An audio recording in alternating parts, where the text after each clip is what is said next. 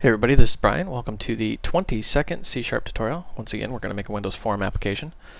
And let's move this down today. We've already learned the button object, so let's just throw a button on there. And what we're going to learn next is called the text box. Now you notice how it has these in the toolbox here. Sorry, let's back up. It says all Windows Forms. You can collapse these little panes here. So you can get into various things. What we're going to really be discussing first are in the common controls. They're called common controls because they're pretty common to pretty much all Windows applications. Let's actually throw a label on here. And let's throw a text box in here too. Today really what we're going to be covering is the text box. Now as you move controls around, you notice how you can click, drag, and select and move them around. You can select others, and as you move, you see that blue line that just appeared. You notice how it turns pink? That pink means it's aligned. So if you're not sure about your alignment, you're moving this button around, you're like, I really want it with that text box, you can see how it aligns it. And when in doubt, you can always just select a bunch of controls and then use up here the increase spacing, decrease, remove horizontal, make vertical spacing equal, etc., etc., etc. Just play around with those a little bit, see how you like them. Now, if you try to center vertically, that's what it does, and that's what it does. So vertical, horizontal.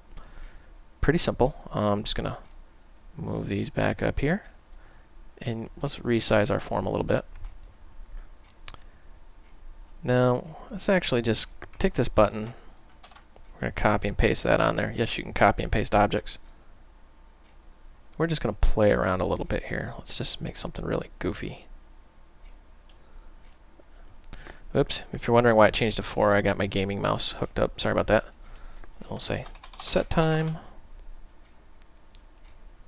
And get time.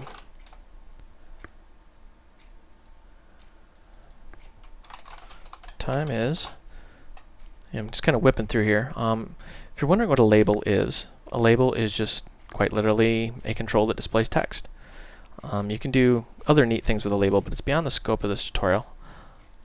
Really what we want to do with this is just display the text time is. And then we've got our text box, and there's a thing called Windows Design Patterns.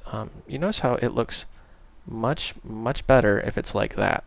So when you're designing an application, try to adhere to the Windows Design Patterns. In other words, don't put like a button on top of your text box or put a button above it or something like that. Look at applications you've used and you've loved and try to design them. Don't blatantly rip them off and copy them. Just design them in a similar pattern. You notice how there's menus, toolbars, and there's status bar, things like that. It's called a Windows Design Pattern. Anyways, getting way ahead of myself here. Let's just select time, the form, and we'll just say time demo. That's in the text property of form 1 in case you're wondering. Notice how it changes the title. And we're just going to play around with this form just for a few minutes here. And we're going to say minimize box, false. Maximize box, false. You notice how they disappear here.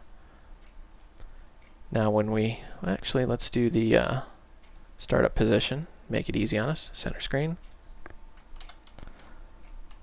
Save this, run it, and there is our beautiful little form. Now you notice the min and max buttons are gone, but we can still resize the form. Let's fix that problem real quick here. Scroll up.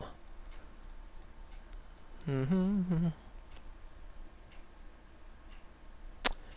what we're looking for here is form border style. Instead of sizable, we want fixed single. And there's other things like fixed dialog, sizable, etc., etc., etc. Kind of play around with these. Like there's fixed 3D, fixed dialog, etc., etc. I just want fixed single just for the sake of argument here. Now when we run this, notice how you can't resize it anymore. You can still move it around. No min and max button. We change the title. Alright. Now, what we want to do is we want to change the properties of this text box. So we'll say set text, or we're set time, sorry. And we're going to say text box 1 text equal datetime now to string. We're just getting the system date time and we're setting it into the text box. So when we click set time, it's just going to put the date and time here. And we should probably actually span this out because it's going to be fairly long.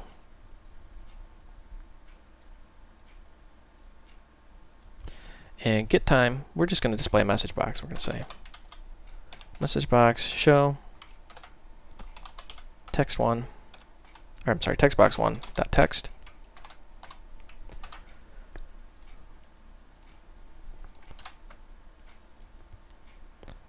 And let's just set time, and there's the current system date and time. And if we press get time, it shows a message box, which is just the contents of the text box itself. I mean, this could be anything like, dear kitty, please don't bite my feet, ouch, while I am recording. Yes, the kitten has been under my desk biting my feet the whole tutorial. Dear kitty, please don't bite my feet while I'm recording. So that's how a text box works. I'm sure you've seen these before, so we're not going to spend a ton of time on here. Hold on a second. Get out of here, you little demon. Wow. This cat ignores me until I start recording, and then he just loves my feet. Anyways, sorry. Text box, you can enter things into it, and you can get the contents from it. Pretty simple, pretty easy. Not a very complex control, so not a very complex tutorial. Thank you for watching. I hope you found this educational and entertaining.